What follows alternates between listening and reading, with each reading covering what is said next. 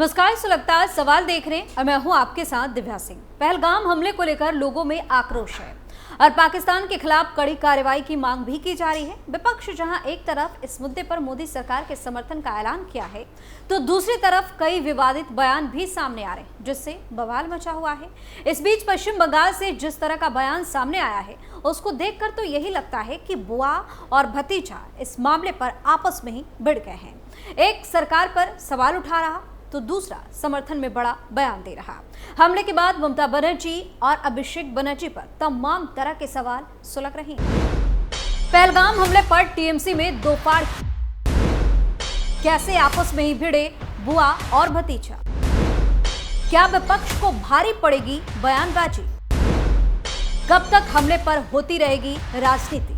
इन सवालों ने सियासी पारा हाई कर दिया है और हर तरफ बवाल मचा दिया है। सुलगता में आगे बताएंगे क्या है कुछ कांग्रेस नेताओं के विवादित बयान, लेकिन सबसे पहले बात टीएमसी की। पहलगाम हमले को लेकर जिस तरह का बयान अभिषेक बनर्जी ने दिया है, उससे ममता बनर्जी चिढ़ गई होंगी। वैसे तो अभिषेक बनर्जी सही कह रहे हैं, लेकिन ममता को ये रास नहीं आएगा, क्योंकि इसमें सरकार का विरोध नहीं, समर्थन है। पहलगाम हमले के कुछ दिन बाद टीएमसी के नेता और सांसद अभिषेक बनर्जी ने बड़ा बयान दिया। उन्होंने कहा कि अब समय आ गया है कि पाकिस्तान को सबक सिखाया जाए और पड़ोसी देश की ओर से कब्जाए गए कश्मीर के हिस्से को वापस लिया जाए। अभिषेक ने कहा कि यह केवल सर्जिकल स्ट्राइक या पाकिस्तान को धमकियां देने का समय नहीं है। टीएमसी सांसद ने एक्स पर लिखा कि अब समय आ गया है उन्हें, यानी कि पाकिस्तान को, उनकी भाषा में सबक सिखाया जाए। अब समय आ गया है कि पाकिस्तान के कब्जे वाले कश्मीर यानी कि पीओके को वापस लिया जाए। इतना ही नहीं, अभिषेक बनर्जी ने कहा कि अब समय आ गया है कि राजनीति से ऊपर उठकर इस मुद्दे का निर्णायक ढंग से सामना किया जाए। उन्होंने अपने कुछ दिन से मुख्यधारा के मीडिया और केंद्र सरकार के शीर्ष पर बैठे लोगों के आचरण पर करीबी नजर रखने का दावा भी किया। बनर्जी ने कहा कि पहलगाम में इस अभूतपूर्व हमले के लिए जिम्मेदार चूक की गहराई से जांच करने के बजाय वे ऐसे विमर्श को आगे बढ़ाने पर अधिक ध्यान केंद्रित करते दिखते हैं, जिससे एक विशेष राजनीतिक दल को लाभ पहुंचे। पहलगाम हमले पर ममता ने क्या कहा। पश्चिम बंगाल की मुख्यमंत्री ममता बनर्जी ने पहलगाम हमले में मारे गए राज्य के 3 लोगों के आश्रितों और उधमपुर मुठभेड़ में शहीद जवान के परिजनों को 10 लाख रुपए का मुआवजा देने की घोषणा की। उन्होंने कहा कि राज्य सरकार नादिया जिले के तेहट्टा के शहीद हवलदार जे अली शेख की पत्नी को नौकरी भी देगी। बनर्जी ने कहा कि राज्य सरकार पहलगाम हमले के पीड़ितों में से एक वित्त अधिकारी के पिता को 10,000 रुपए मासिक पेंशन देगी। परिवार को दी जाने वाली 10 लाख रुपए की सहायता राशि को बराबर बांटा जाएगा, जिसमें से 5 लाख रुपए उनकी पत्नी को और 5 लाख रुपए उनके माता पिता को दिए जाएंगे। टीएमसी नेता मर्जीना खातून ने क्या कहा। वही टीएमसी नेता मर्जीना खातून का दावा है कि बीजेपी ने इस्लामिक दहशतगर्दों को बचाने के लिए पहलगाम हमला करवाया।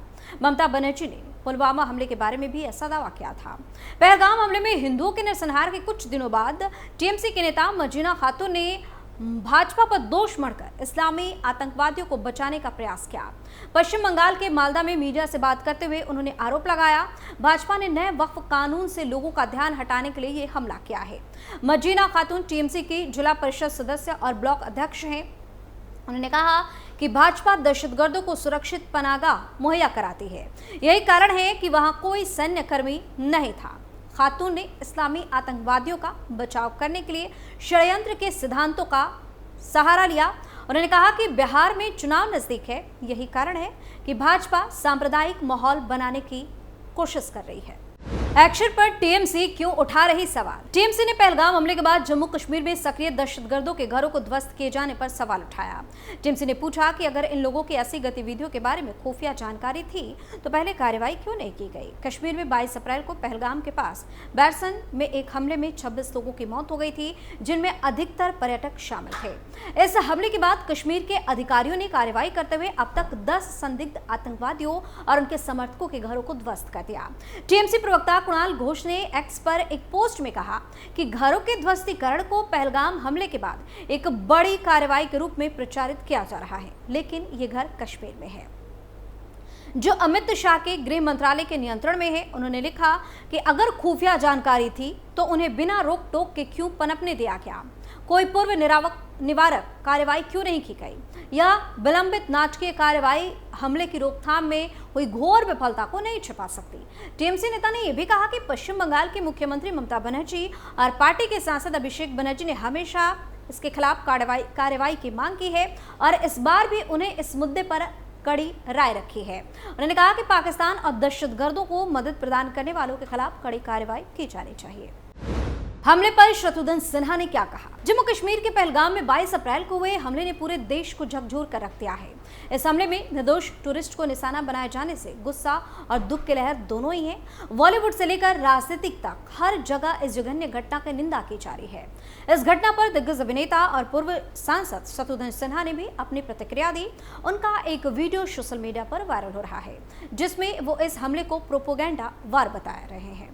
साथ ही शत्रुघ्न सिन्हा ने लोगों से तनाव न फैलाने की अपील की है।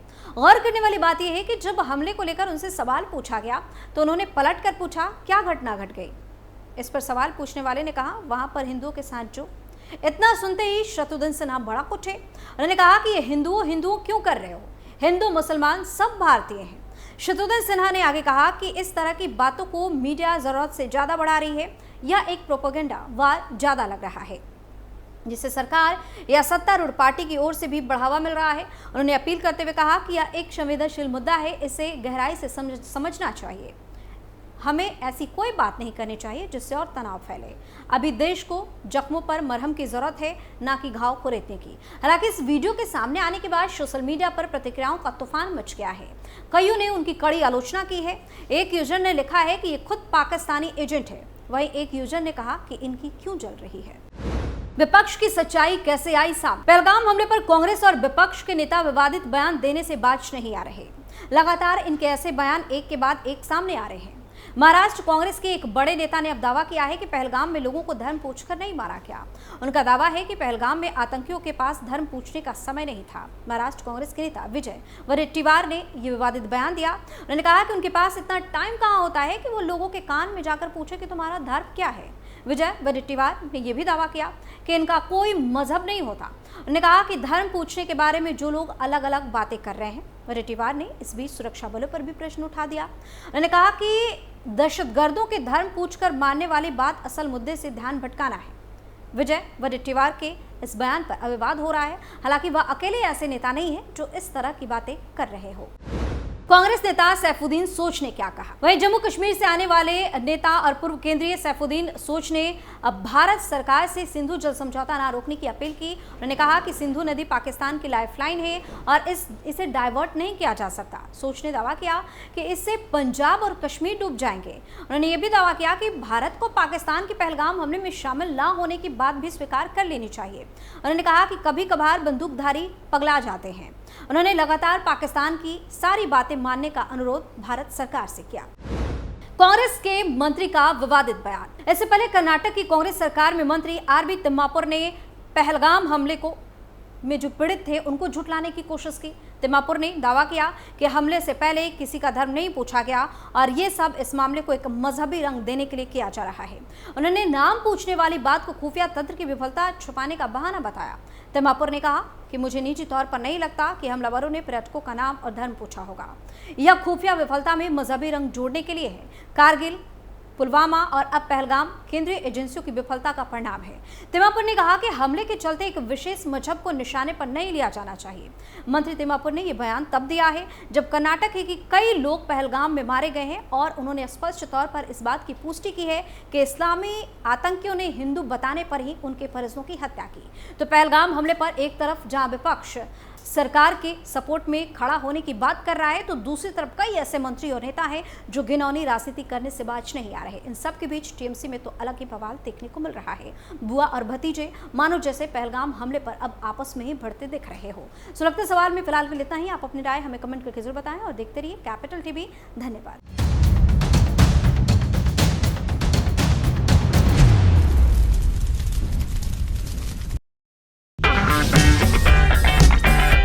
अगर आपको हमारा वीडियो पसंद आया हो तो इसे लाइक करें, हमारे चैनल को सब्सक्राइब करें और हाँ, बेल आइकन दबाना ना भूलें ताकि आप तक हमारे वीडियो की नोटिफिकेशन पहुंचती रहे। आप अपना सुझाव हमें कमेंट बॉक्स में दे सकते हैं। हमारे साथ जुड़ने के लिए शुक्रिया।